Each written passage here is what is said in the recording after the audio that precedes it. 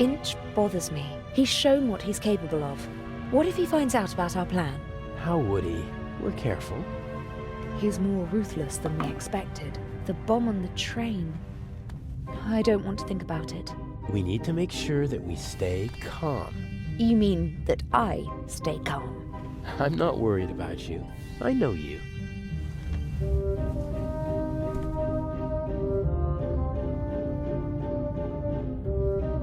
Shall we go over the plan one more time? Good idea. We know that Inch hid the first eye in the Baroness's luggage. I'll break into her cabin and replace the eye with a fake. Right. We'll steal the second eye in Cairo. And Inch will be caught in the act. It's simple. The devil is in the detail. I have to get into the Baroness's cabin undetected, then find the secret hiding place, and I can't leave any evidence behind. Yes. And Inch said something about a combination, so the hiding place might be locked. One step at a time. I think I'll assess the situation first. And I think I'll make myself comfortable for a little while. So this is how married life will be. Works for me.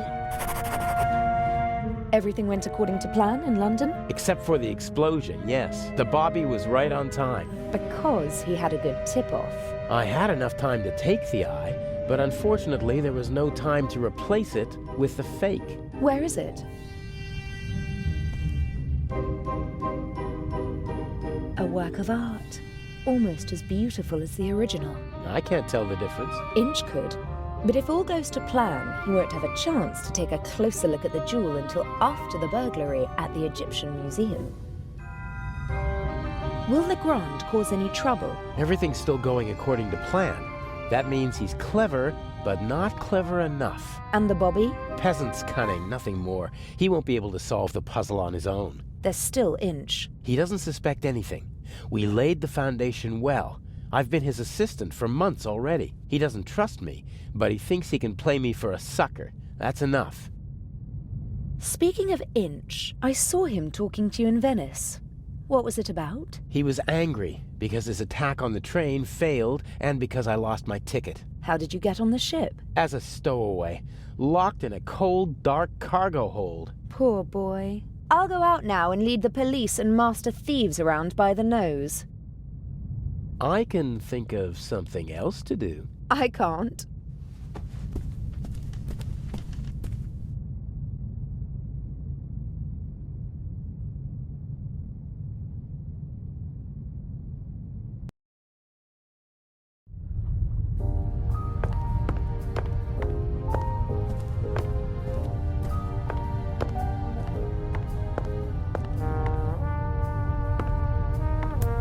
I'm sure I could help you if... Stand aside. if you told me what you're looking for. You're just getting in my way.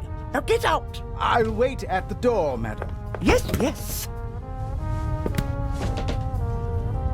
Oh, Miss... Mayors? Can I help you? No, I'm just having a look around the ship. Good day. Oh, that was close.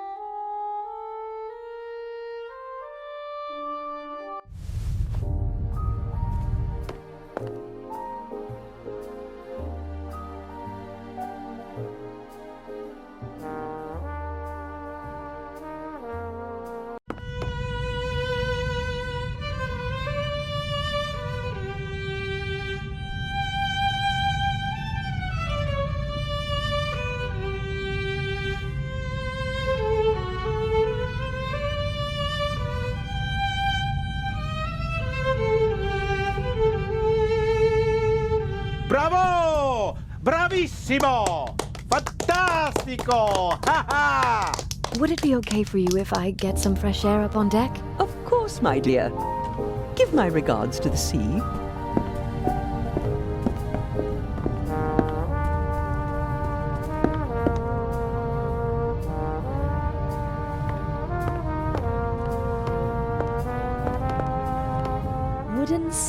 tongs, just small enough to carry around unseen.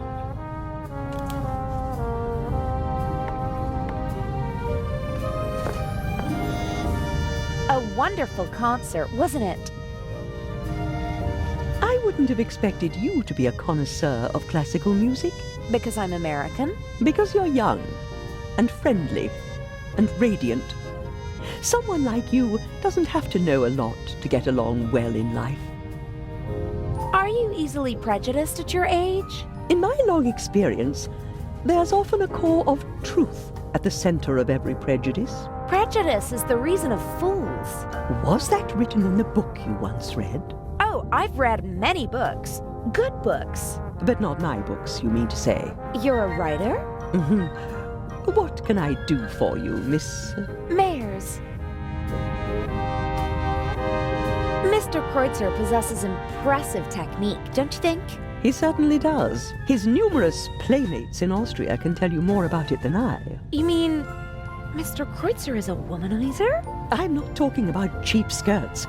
I'm talking about expensive clothes. A man like him needs funds to support his lifestyle. Just go over to him, my dear. Tell the maestro that your family is wealthy. You have everything he's looking for. Money and a pretty face. Hold your tongue. Mr. Kreutzer, Lady Westbuckle, please. Or did you have your eye on me, Mr. Kreutzer? Old, yes, but rich. Jezebel. Mr. Kreutzer, Maestro.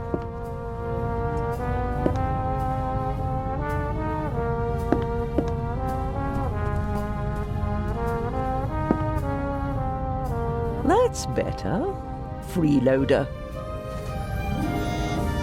You know, I'm not planning on throwing myself at a man. I'm glad to hear it. You have to work. Earn your own money. Oh, I will. My grades are excellent, and I really want to study acting in New York. None of my books has ever been made into a good film. The stories were twisted, shortened, and simplified so that even the dimmest fellow could follow them. I want to do theater and travel. I speak 3 languages. That would be 3 more than most people your age can speak. Do what you have to do. But stay away from bad men. You and Mr. Kreutzer, you seem to know each other. Not really. But I know his type. Parasites who cling to the rich and famous and suck them dry. The young, misunderstood painter. The innovative writer who writes books that no one wants to read. The musical talent that has to be supported. The ladies and gentlemen of high society let the others use them and call themselves patrons. Another word for fool. Didn't you finance archaeological excavations in the Near East and Egypt? For my husband, and I was there myself. I catalogued items for him, and I didn't show him off like a trophy at cocktail parties. But my son was one of them, the worst kind. The kind that sucks not only the money, but also the life right out of a person. Is this your first trip on the Lydia? That's quite enough. Life is too short for conversations like this. I do wish that rather delightful Swiss policeman had come along. I heard you had an interesting trip on the train. It was thrilling. I'm hoping for an encore. Perhaps in Cairo. May I take my leave? You may. The lady is not a fan of shallow conversation, which I respect. I shouldn't talk to her unless I have something serious to say.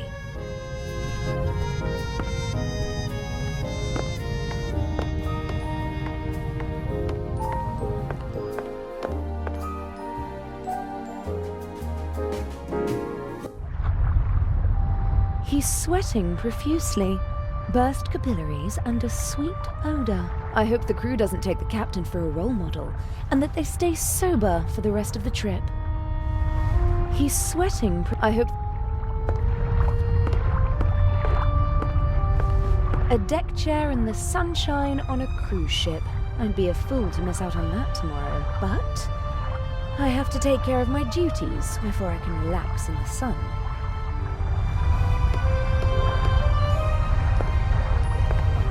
Lovely big towel.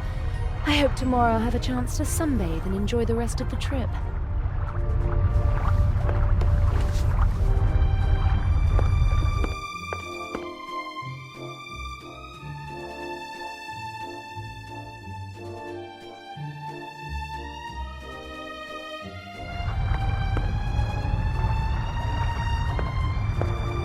A handsome man and a talented musician, but he doesn't seem very happy.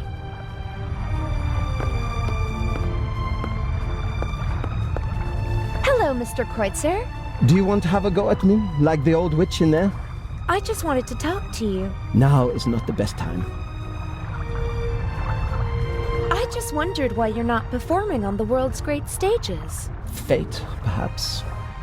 Or bad luck. My parents opened every door for me and my sister and expected corresponding careers. Overambitious parents who force their children to play music? No, it wasn't like that. I loved it. I loved to play the violin. They didn't have to force me. I wanted to do it on my own. I thought I would achieve my goals if only I worked hard enough. But it was not to be.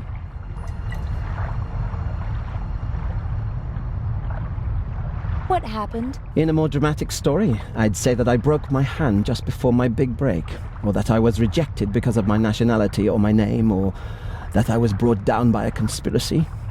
But nothing like that ever happened. I practiced like mad, got better and better, really good, but nothing happened. The right people never heard me. I was never in the right place at the right time. Can you imagine how it feels to always be on the cusp of a breakthrough? To be just one evening away from becoming an overnight sensation? To see how other, less talented violinists pass you by because you just aren't lucky enough? How terrible. For every star in the limelight, there are a dozen more that burn out unseen, fading month by month. I didn't want to be one of those people who waste their lives chasing dreams without realizing that they're unattainable. If I couldn't have the life that I always dreamt of, and that my family expected from me, then at least I could have the next best life. The next best life? Mansions, limousines, parties, everything you could wish for. Though none of it belongs to me. The lady called you a freeloader. An ugly word, but maybe not so far from the truth. I move with the rich and famous, and at first glance, I live exactly the life my father always wished for me. A carefree life, easygoing. And I play the violin, which I always loved to do. But it's not really like that. It's empty. My life is just a shell. A show, and everyone knows it. I loved something once, and I burned for it. But now, the violin is just an accessory for practicing my real profession. And your family? How could I ever look them in the eyes? A failed violinist who gave up.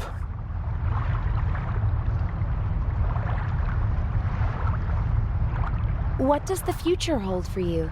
Isn't it obvious? My hands are starting to shake from alcohol. What will be left once I lose my good looks? I'll have nothing then. And so I'll put an end to it all. You can't say things like that. With my father's pistol, I always have it with me. It's gone! Fate won't even grant me a quick death. Lady Westmacott did not have the right to speak to you like that. Really? How do you know? You don't know me. Then, did she have the right? No, she didn't. That cynical old witch enjoys exposing the weaknesses of others. Although we all have them. She as well. She lusts for recognition and acts as though it weren't so disgraceful. She rejects prizes and awards with snide remarks, but she's angry when others receive them. She needs to know that she's better than others. You seem to know her quite well. I've only met her once or twice, but I know her son and some of her friends. One friend of hers supported me for a long time. No one is brave enough to say it to her face, but everyone hates her. Her or her success?